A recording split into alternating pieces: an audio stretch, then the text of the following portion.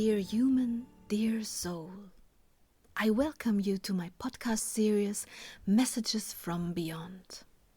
Since a near-death experience, I have had the gift of communicating with the subtle levels of the cosmos in a form of deep meditation in which I ask certain beings from the other world to communicate with me. As one of the first contacts to the afterlife, my old friend and teacher, friend of the Indians, showed himself to me.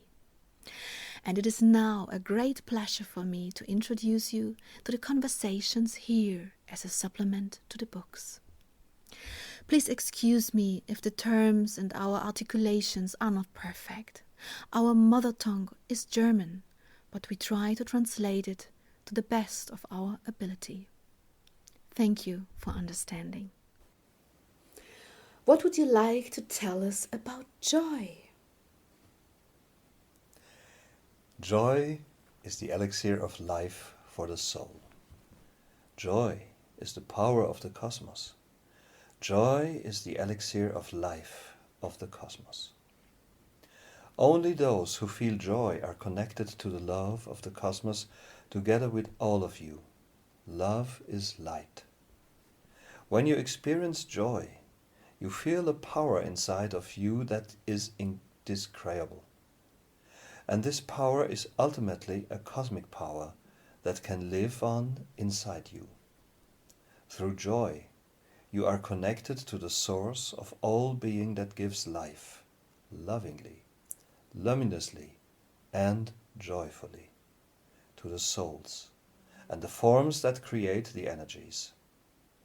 This is more powerful than I can put into words. Therefore, I like pointing out again and again that joy is really important. Live joy in your lives every day, every moment. Live joy again and again and more and more. For it is the cosmic power that elevates your soul. When you live in an elevated state, you will be able to make experiences that are full of light, after your body has died and even before.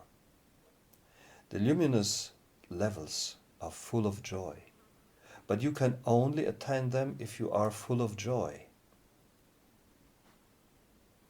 You said that very beautifully, but there are also people who feel joy when they cause harm to the other people, or let's say they enjoy themselves.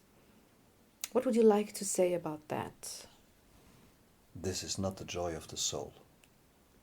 This is the pleasure of the ego, and not really even that. For it is ego power and lovelessness that these people experience, and this power will not elevate your soul or the person's emotions in the slightest. It is a futile energy for the soul because it uses up a lot of strength, because it will need to be balanced out eventually, and no one knows when and where this compensation will happen. Therefore, this kind of negative joy, as I will call it here, is anything but full of light or desirable. You need to be very clearly aware of which kind of joy you feel. It's not the pleasure of the ego that craves the experience of power games and unkindness that you should seek. It's the joy of life that strives to act luminously and full of love that will elevate you. Everything that allows you to create negative resonances will perpetuate negative resonances until you balance these. Therefore, please take care that the joy that you experience does not have any negative impact on others, nor creates any negative resonances, because it inflicts suffering upon them. The joy of the soul does not create negative resonances in others. It is a profound, loving joy that comes from the heart. This is the joy that I mean. So this means that when humans enter into power games and play at revenge or such things, that this is not the luminous, loving elevation that you mean, because there were negative resonances, right? That's right. Would you like to say something else about joy? You came here to experience joy. You must never forget this, ever. People live too many lives that are full of suffering and not at all joyful. I would like to reach you with my words in this state that you are in right now. Please bring more joy into your lives, no matter how this experience of true joy comes about. But it is important and essential for you. What will you talk about next? The enemies of life. The enemies of life? What is that?